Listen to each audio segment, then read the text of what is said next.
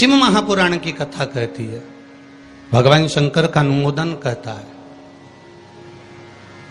कि आपकी जो भक्ति है, भगवान धन से, संपदा से या सत्ता से या वैभव से या दौलत से भगवान कभी नहीं रीझता। अगर भगवान को चाहिए तो तुम्हारा केवल निर्मल मन चाहिए, भगवान को और कुछ भी नहीं चाहिए, तुम्हारा केवल मन। उसके सिवाय भगवान तुम्हारे वैभव से, तुम्हारे पास में कितनी गाड़ी है, कितना बंगला है, कितना धन है, कितना वैभव है, कितनी सत्ता है, कितनी दौलत है, भगवान को उससे कोई मतलब नहीं। भगवान को अगर मतलब है तो केवल तुम्हारे मन से मतलब है। शबरी अम्बा के दरवाजे पर भगवान गए, क्या दिया शबरी अम्बा ने? भगवान को क्या प्रदान करा शबरी अम्बा ने? केवल एक झूठे बेर, और झूठे बेर के सिवा भगवान कुछ ले भी नहीं रहा है। अब तुम शंकर जी को क्या देते हो? अगर शबरी अम्बा ने भगवान राम को झूठा बेर दिया है तो आपने कौन सा अच्छी चीज दी थी भगवान को? जल दिया, वो मछली का झूठा था। दूध दिया, वो बछड़े का झूठा था। फूल दिया, वो भौरे का झूठा था। मिठाई बना कर दी, वो चींटी की झूठी थी। तुमने दिया क्या? और ये मनुष्य का शरीर दिया भगवान के चरणों में, ये भी तो झूठा है। फोन पे तो तुरंत कह देता है, माँ तो तारे बिना एक बिना नहीं रहूं, एक मिनट नहीं रहूं, तेरी तो मुझे बहुत याद आए। और भगवान के पास जाए कि तुम्हारे बिना मेरा कोई नहीं है। भगवान के रेंदे रे झूठेला। भगवान भी कहते काहे को झूठ बोले? अभी फोन पे बोल रहा था, मेरे को थारी याद आ रही, तेरे बिना एक मिनट नहीं रह सकता, तू तुम्हारे हृदय में बसी न, तू तुम्हारा चित्त वृत्ति में बसी। और मंदिर पहुंचा ने अगरबत्ती लगाते लगाते बोला, तन मन धन सब कुछ तेरा। भगवान के आ गया भेरू झूठेला। भगवान सोचा काय आया।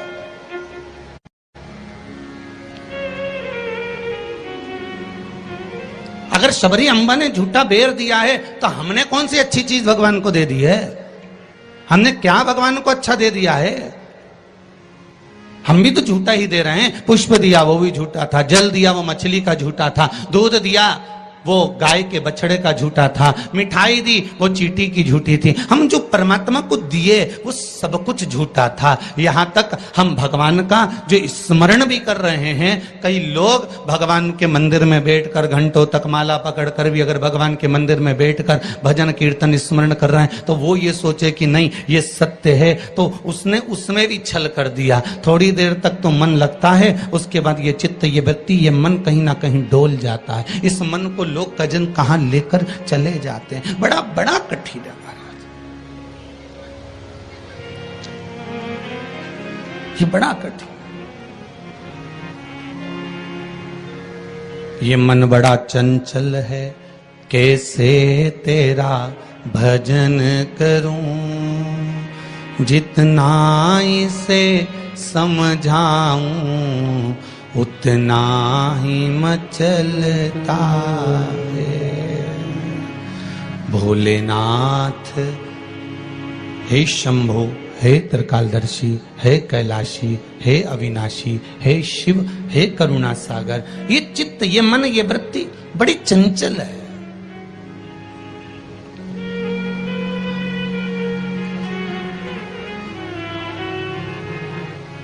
अगर ये मन, ये चित्त, ये वृत्ति थोड़ी भी परमात्मा में लग गई तो जीवन की सार्थकता हो गई।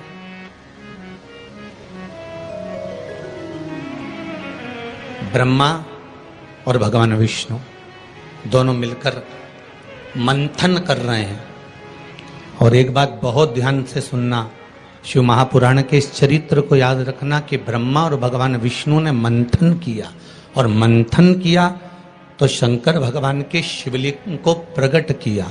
आपसे भी निवेदन है, जब दोनों पति पत्नी, भाई भाई, घर के बुजुर्ग, माता पिता, घर के बच्चे जब एक साथ कहीं बैठे हुए हों तो शिव महापुराण की कथा कहती है आप भी शिव महापुराण का थोड़ा सा मंथन करो। उस मंथन से जो प्रकट होगा वो तुम्हारे घर का आनंद करा देगा। शिव पुराण का मंथन।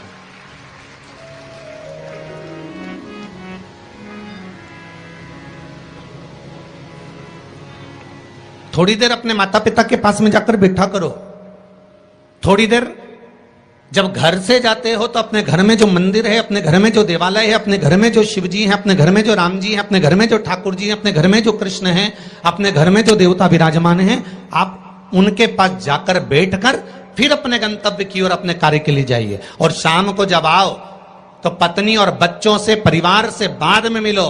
सबसे पहले अगर दुकान की चाबी भी लेकर आए हो, थोड़ा सा धन भी लेकर आए हो, थोड़ा सा सामान भी लेकर आए हो, थोड़ा सा व्यापार का कुछ चीज भी आप लेकर आए हो, तो सबसे पहले जाकर भगवान के मंदिर में जो आपके घर में है उसके पास में बैठकर उसको बताया करो, आज मैंने व्यापार करा उसमें यह लाभ हुआ, आज मैंने व्यापार करा उसमें यह हानि हुई, और आपकी कृपा से आज मैंने दुकान व्यापार व्यवसाय आज का पूरा करा। हे देवाधिदेव महादेव, हे मेरे ठाकुर, हे मेरे कृष्ण, हे मेरे राम, आज भगवान की कृपा, आपकी कृपा बहुत बनी रही और मेरा सब कार्य सफल हुआ। बाबा को प्रणाम करो, नमन करो और फिर अपने माता पिता, परिवार, कुटुंब, कबीला जिससे मिलना है मिलो, फिर मिलो।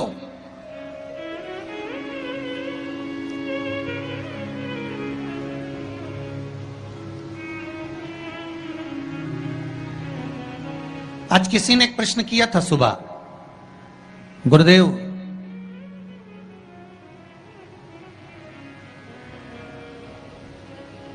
अगर भगवान के मंदिर जाना है हमको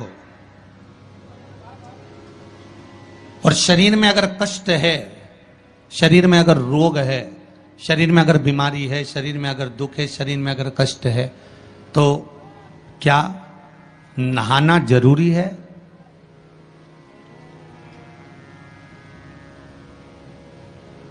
शिव महापुराण की कथा कर रही है, मत नहाओ, स्नान कर लो।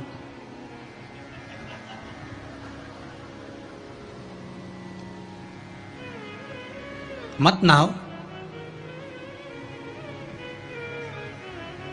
स्नान कर लो।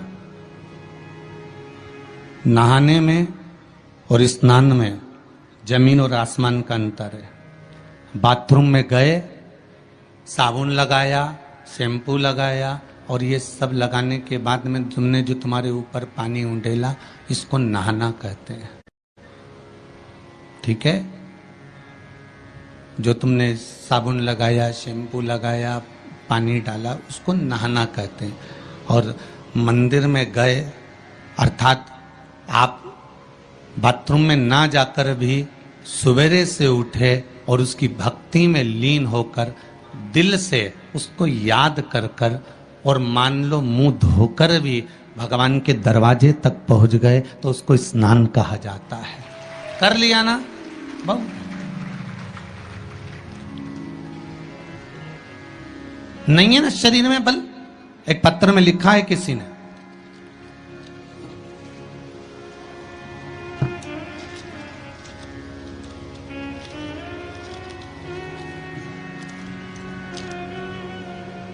मैं बदनावर धार के पास बालोदा में रहती हूं, मेरा नाम शांतिबाई कुमावत है, कहीं बैठी हो तो खड़ी हो जाएं।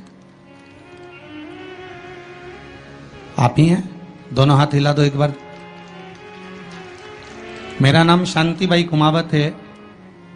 गुरुदेव, आज मैं अपने पैरों पर खड़ी हूं और घूम रही हूं, ये शिव की ही कृपा है, शंकर की कृपा है।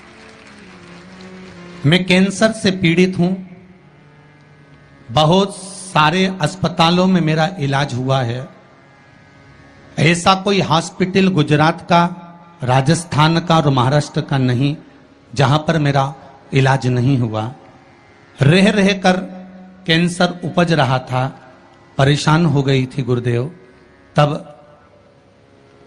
बाबा की कृपा से डॉक्टर ने कह दिया अब तुम्हारे शरीर में और ऑपरेशन का दम नहीं बचा, इसलिए अब तुम भगवान के ही सहारे जियो।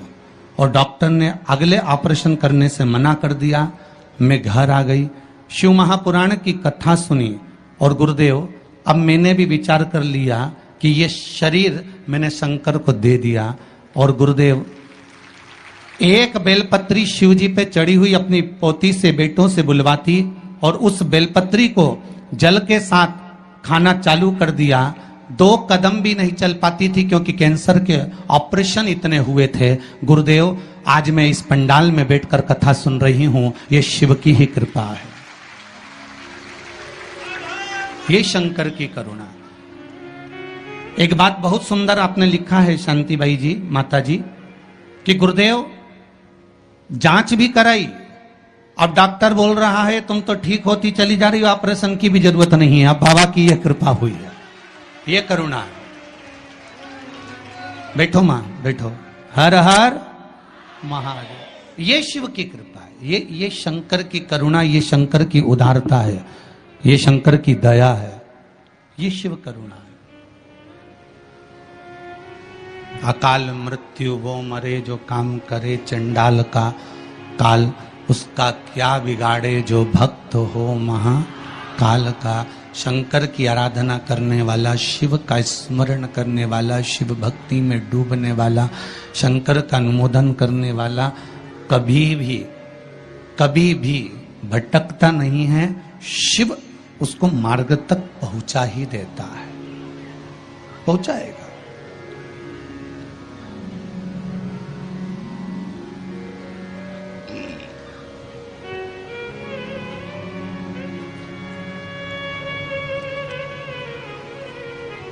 जितना शरीर का वजन है, बहुत ध्यान दीजिएगा जरा। बैसाख शिवरात्रि शिव महापुराण की कथा मिली है आपको सुनने के लिए, और बैसाख शिवरात्रि शिव महापुराण की कथा यदि आप लोग श्रवण कर रहे हैं, चाहे आस्था चैनल के माध्यम से सुन रहे हो, चाहे फेसबुक यूट्यूब के माध्यम से सुन रहे हो, चाहे इस पावन पंडाल में बैठकर सुन रहे हो, अगर श्रवण कर रहे हो तो ध्यान रखना, जितना शरीर का वजन है,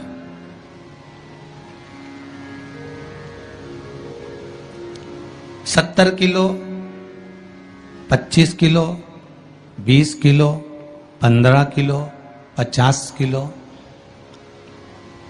उतना ही किलो के हिसाब से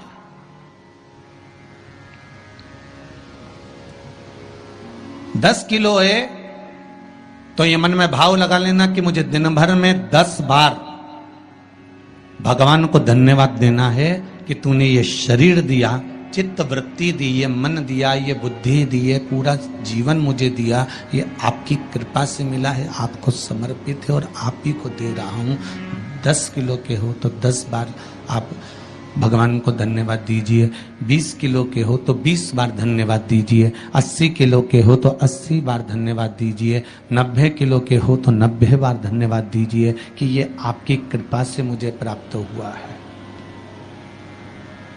कोई दूसरा देने वाला नहीं है मुझको, केवल आप दे रहे हो, उसके सिवाय कुछ नहीं मिला।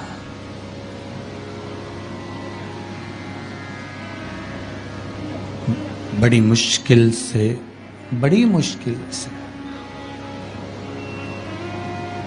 उसने कृपा कर कर यहां भेजा है अपने को, बड़ी मुश्किल से भेजा। शंभो शरणे पड़ी, मांगू घड़ी रे घड़ी, दुख काटो दया करी ने दर्शन। भगवान से प्रार्थना करते रहो, निवेदन करते रहो, उसके चरणों में जाकर धूप लगाते रहो, उसको नमन करते रहो, उससे विनती बार बार करते रहो कि तेरे बल पर जी रहा हूं, तेरी कृपा से जी रहा हूं, तेरी करुणा से जी रहा हूं, उसके सिवाय कुछ भी नहीं है महाराज। भगवान विष्णु और भगवान ब्रह्मा ने मंथन किया और भगवान विष्णु और भगवान ब्रह्मा जब मंथन करे तो उस मंथन में शिवलिंग प्रकट हुआ।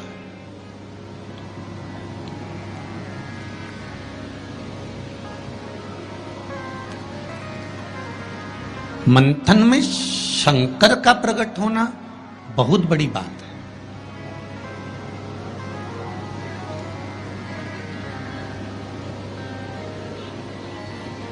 जैसे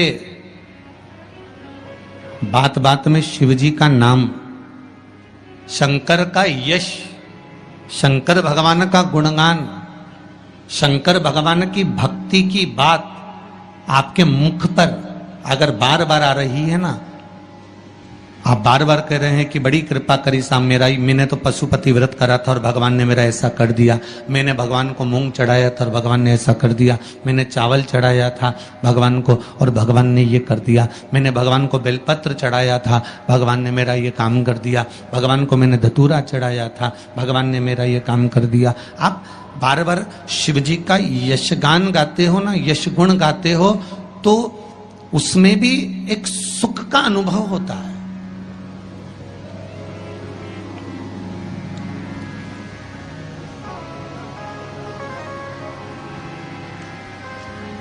आपके यश गुण गाने में भी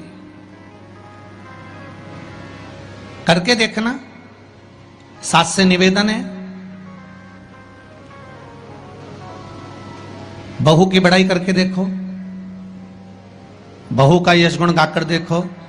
कितनी भी बुरी बहू हो, कितना भी अपशब्द कहती हो, कितना भी ताना देती हो, कितनी भी गाली देती हो, कितना भी आड़ा टेढ़ा बोलती हो, भले तुम्हें संभालती हो ना संभालती हो, तुम्हारा सम्मान करती हो ना करती हो, तुम्हारा आदर करती हो ना करती हो, उसके बाद भी तुम 4 लोगों से अपनी बहू की बड़ाई कर कर देखना, खूब बड़ाई करना उसकी, खूब यश गुण गाना उसका। भले वो गाली दे, अपशब्द के ताना दे, कुछ भी बोले, पर तुम यश गुण गाओ उसका, खूब गाओ और खूब दिल से यश गुण गाओ उसका। 1 महीना इंतजार करना यश गुण गाते गाते। दूसरे महीने में जिस बहू का तुमने यश गुण गाया है, ये शिव महापुराण की कथा कहती है, वो भी सिर पर पल्लू लेकर तुम्हारे को धोख लगाने आएगी जरूर, ये पक्का। आप अपने भीतर कुछ अच्छा तो लाओ।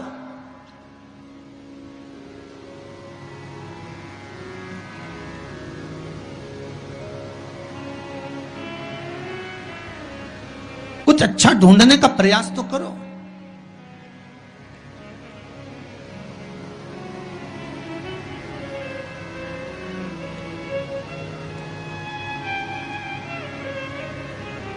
आज कोई कह रहा था गुरुजी, पूरे भारत में पूरे जगह पर देखा जाए तो आज दुनिया के लोग ये भगवान के नाम से क्यों इतना चिढ़ने लगे।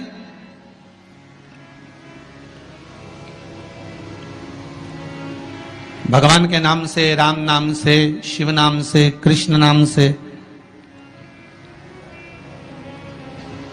ये दूसरे लोग आखिर चिढ़ते क्यों? तो हमने कहा सीधी सीधी बात है कि रामचरितमानस में भी वर्णन आया कि जब जब रामचरितमानस में जब जब राम जी की सेना के लोग जय जय श्री राम चिल्लाते थे, तब तब जितने राक्षस थे वो सब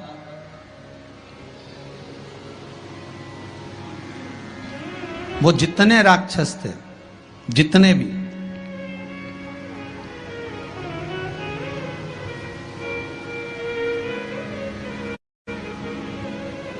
राम सेना के दल के लोग जब जब श्री राम चिल्लाते थे, जितने भी राक्षस थे वो सब भिनक जाते थे, सब भिनकते थे, सब गुस्सा करते थे, सब क्रोध करते थे। जब उस समय पर भगवान के नाम से राक्षस भिनक जाते थे, तो आज के समय के राक्षस भी तो जय जय श्री राम करने पे भिनकेंगे कि नहीं भिनकेंगे? जरा विचार तो करो।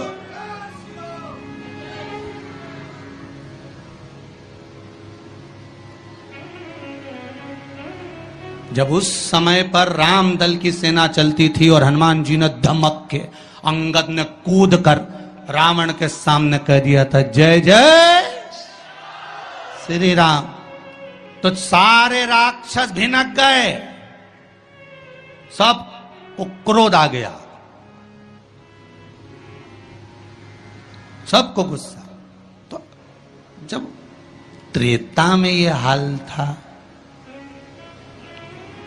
राक्षसों का राम नाम से, तो फिर तो ये तो कलयुग है।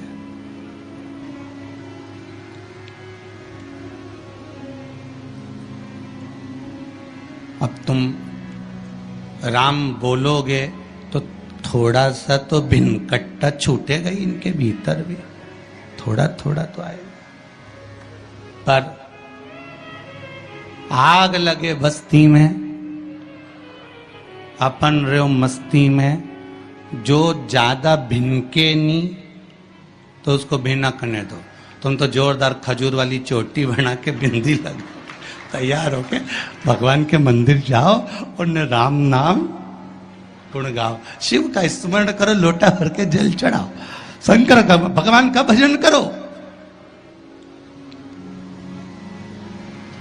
शिव की भक्ति में जितने जितने लग सकते हो उतने लगो, कुछ नहीं बिगड़ेगा। एक लोटा पानी जो भगवान शंकर को समर्पित करता है, मरने के बाद तुम्हारी औलाद तुम्हारा किसी पवित्र नदी में तर्पण करे ना करे, तुम्हारा शिव को दिया हुआ जल तुम्हारे खाते में पहुंच जाता। आपने जो शंकर भगवान को एक लोटा जल दिया है, शिव जी को एक लोटा पानी चढ़ाया, शंकर भगवान को एक लोटा जल समर्पित करा है, शंकर भगवान को एक लोटा जल अगर आपने दिया है तो वो आपके खाते में पहुंचेगा जरूर, ये निश्चित है, पक्का है।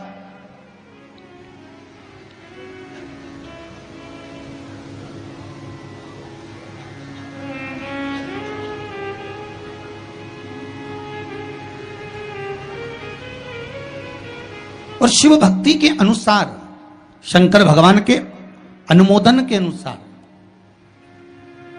पहले भी कथा में कहा, आज फिर कह रहे हैं, आप जब शंकर भगवान को एक लोटा जल समर्पित करते हो तो वो 33 कौटि देवताओं के हिस्से में चले जाता है, एक भाग पितरों के हिस्से में चले जाता है, एक भाग आहूतों के हिस्से में चले जाता है, एक भाग वाचुकों के हिस्से में चले जाता है। आपने जो भगवान को दिया वो धीरे धीरे धीरे धीरे धीरे धीरे धीरे बढ़ता चले जाता है, भगवान के धामों में पहुंचता चले जाता है। जिन जिन को आपने नहीं भी दिया, शंकर भगवान पे चढ़ा हुआ जल उन तक भी पहुंच जाता है। ये केवल आपकी निर्मल और आनंदित भक्ति के बल पर पहुंचता है, भक्ति के बल। भगवान ब्रह्मा और भगवान विष्णु ने जो मंथन किया, उस मंथन में जो शिवलिंग निकला, और ब्रह्मा जी के मुख से निकल गया कि ये शिवलिंग जो निकला है इसके चरण कहाँ हैं, इसका शीश कहाँ है, जरा पता करा जाए। और ब्रह्मा स्वयं भगवान शंकर का सिर देखने के लिए जा रहे हैं, और भगवान विष्णु मृत्यु लोक में नीचे तलातल में, रसातल में, पताल में भगवान शंकर का चरण ढूंढने के लिए जा रहे हैं, भगवान शिव का चरण।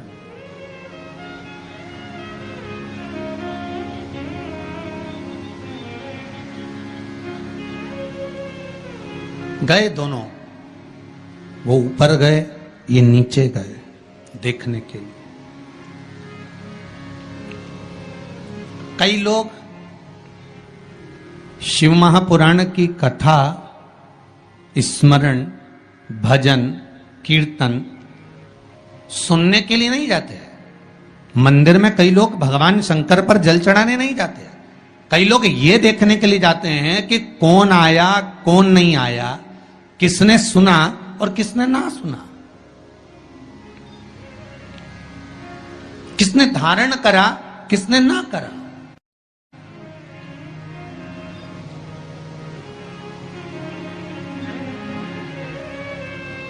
अब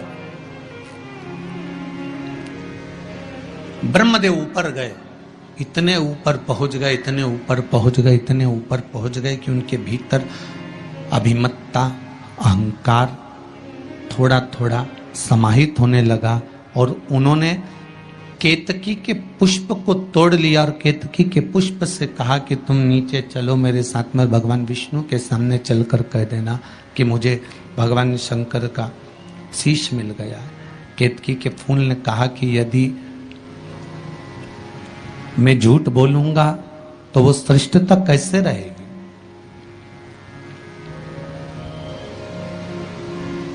मेरे झूठ बोलने की श्रेष्ठता कैसे होगी? कौन मानेगा मेरी बात को? सामने से गौ माता निकल कर जा रही थी, गाय से कह दिया तुम चलकर कह दो कि तुम चलकर कहो कि भगवान ब्रह्मदेव को भगवान शिव का शीश मिल गया। गाय कहती है मैं क्यों झूठ बोलूं? उसको भी थोड़ा सा लोभ दिया गया और केतकी के पुष्प को भी थोड़ा सा लोभ दिया गया। दोनों को थोड़ा थोड़ा लोभ प्रदान करा। और शिव पुराण कथा कहती है कि जब व्यक्ति के जीवन में थोड़ा सा लोभ उपज जाता है, थोड़ा सा लालच आ जाता है, तो फिर जीवन का किया हुआ सारा कर्म उसका बेकार हो जाता है। और वही हुआ है। केतकी के पुष्प के मन में ये लोभ जाग गया कि मैं ब्रह्मा जी के द्वारा सिंचित हो जाऊंगा, आनंदित हो जाऊंगा। और गाय के मन में ये लोभ जाग गया कि ब्रह्मा जी कह रहे हैं कि सबसे पहली रोटी आपको प्रदान कर दूंगा, तो ये लोभ ही तो जागा।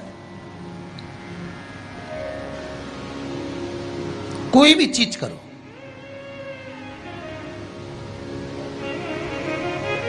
अगर कोई सत्कर्म आप कर रहे हैं, थोड़ा सा अच्छा कार्य आप कर रहे हैं, भगवत भजन आप कर रहे हैं, कीर्तन आप कर रहे हैं, मंत्र जाप आप कर रहे हैं, स्मरण आप कर रहे हैं, नाम जाप यदि आप कर रहे हैं, तो वो लोभ से पवित्र होना चाहिए, बहुत दूर।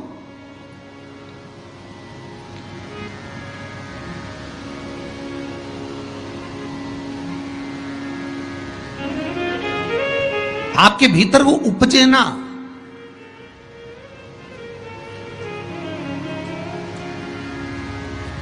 फिर चाहे दुनिया के लोग कितना भी कहे ना, वो एक बेल बेचारा किसान का एक बेल कुएं में गिर गया। अब कुएं में गिर गया तो किसान का बेल जब कुएं में गिरा तो ये देखा कि कुएं में से बेल को निकालना है। खूब मेहनत करी किसान ने बेल को निकालने की, पर वो बेल निकल नहीं रहा था। बहुत बहुत बहुत बहुत मेहनत करने के बाद भी वो बेल नहीं निकला। बहुत अथक प्रयास करा गया पर बेल नहीं निकला। तब किसान ने फिर कहीं मशीन वाले से कहा होगा कि इस बेल को निकालना है। मशीन वाले ने कहा 25,000 रुपये लग जाएंगे, 20,000 रुपये लग जाएंगे। तो उसने सोचा 20,000 25,000 लग जाएगा तो इससे अच्छा है कि इसको पड़े ही रहने दो। बेल किसी काम का तो था नहीं, बूढ़ा हो गया था। अगर बेल बूढ़ा हो गया है तो इसी कुएं में पड़े रहने दो, मर जाएगा। इसी कुआं भी सूख गया है, इसमें कोई दिक्कत वाली बात नहीं, अपन कचरा पटकते जाएंगे, बेल को वहीं की वहीं दबा देंगे। गांव के लोगों से कह दिया मेरा बेल कुएं में गिर गया है और ये बूढ़ा हो गया था। एक काम करो, तुम्हारे गांव का जितना भी कचरा है ना, घर वाले वो सब लाकर इसमें डालते हैं ना, बेल मर जाएगा, धीरे धीरे उस पे मिट्टी डल जाएगी। गांव के लोगों ने कचरा लाकर डालना चालू करा। जैसे जैसे बेल के पास में कचरा पटकना प्रारंभ करा, बेल भी समझदार था। इधर कचरा पटकते तो इधर पांव रखकर खड़ा हो जाता, इधर पटकते तो इधर पांव रखकर खड़ा हो जाता। धीरे धीरे पूरा कुआं भराते चले गया और बेर कचरे पर पांव रखते रखते रखते रखते रखते रखते बाहर आ गया।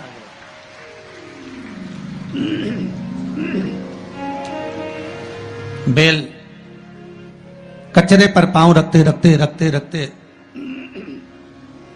बाहर आ गया, ऊपर आ गया। और जब वो ऊपर आया, निकल कर बाहर भाग गया, निकल कर बाहर भागा। बेल से हमको एक सीख लेना चाहिए, हमको एक चीज सीख लेना चाहिए। बुराई करने वाले कितनी भी बुराई करेंगे, निंदा का कचरा, बुराई का कचरा कितना भी पटकेंगे, हमको केवल उस पर पांव रखकर निकल कर बाहर की ओर चले जाना है और हमारे जीवन को सार्थक बना लेना है। करे करे तो करे।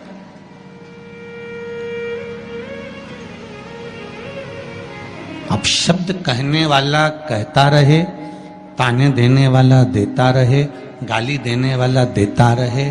अपनी शिव भक्ति, अपना स्मरण, शंकर का अनुमोदन होता रहे, बस इसका ध्यान रखना। बैसाख के महीने में नवमी तिथि को माता जानकी का प्रागट्य हुआ है पृथ्वी से।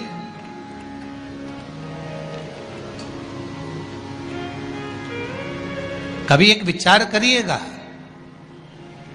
कि नरसिंह अवतार बैसाख के महीने में हुआ, कुर्म अवतार बैसाख के महीने में हुआ, हयग्रीव अवतार बैसाख के महीने में हुआ, परशुराम अवतार बैसाख के महीने में हुआ, माता जानकी का अवतार बैसाख के महीने में हुआ। आखिर बैसाख के महीने में, माधव महीने में इतनी महत्वता क्यों?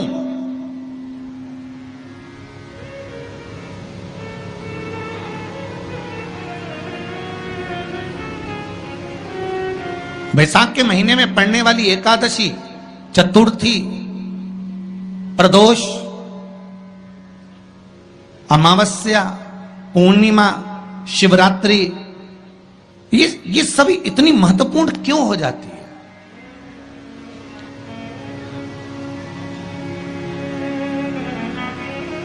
इसकी महत्वता इतनी प्रबल क्यों हो जाती है? किस लिए? क्योंकि बैसाख का जो महीना पड़ता है, सूर्य की संपूर्ण तपन, सूर्य देव अपने पूर्ण तेज के साथ में, पूर्ण तेज के साथ में मृत्यु लोक के निवासियों पर, चाहे जलचर हो, थलचर हो, वायुचर हो, चाहे जो जीव हैं, उस पर जब किरण फेंकते हैं तो संसार का जो मनुष्य है उस पर जब ताप पड़ता है तो ताप पड़ने के कारण उसके मुख से भगवान का नाम निकल ही जाता है, स्मरण नाम निकल ही जाता है। जब उसके मुख से भगवान का नाम निकलता है तो वो भगवान की शरणागति खुद ग्रहण कर लेता है स्वयं।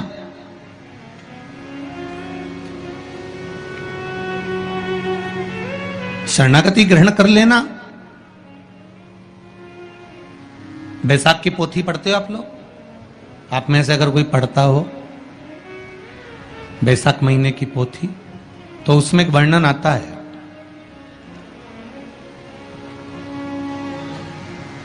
गीता प्रेस गोरखपुर के कल्याण अंक में भी आप ये पावन बैसाख चरित्र श्रवण कर सकते हैं।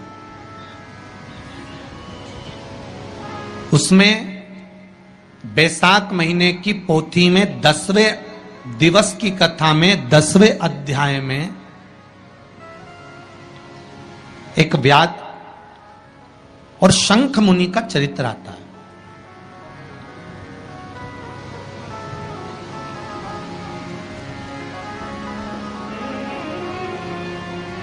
शंख मुनि एक बार निकलकर भगवान शंकर के मंदिर में जल समर्पित करने के लिए जा रहे थे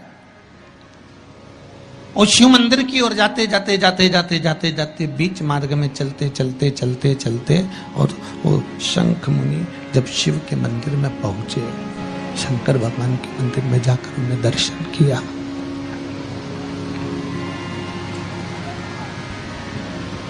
जल का पात्र उठाया और वो जल का पात्र उठाकर जब भगवान शिव को समर्पित कर रहे थे तो उसी समय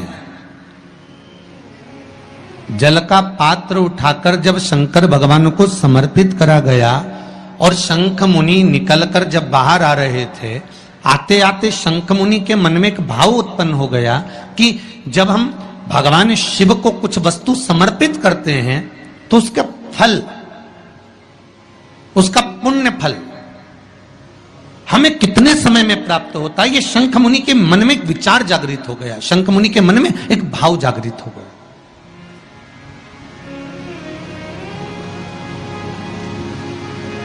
कई माताएं पशुपति व्रत करती हैं,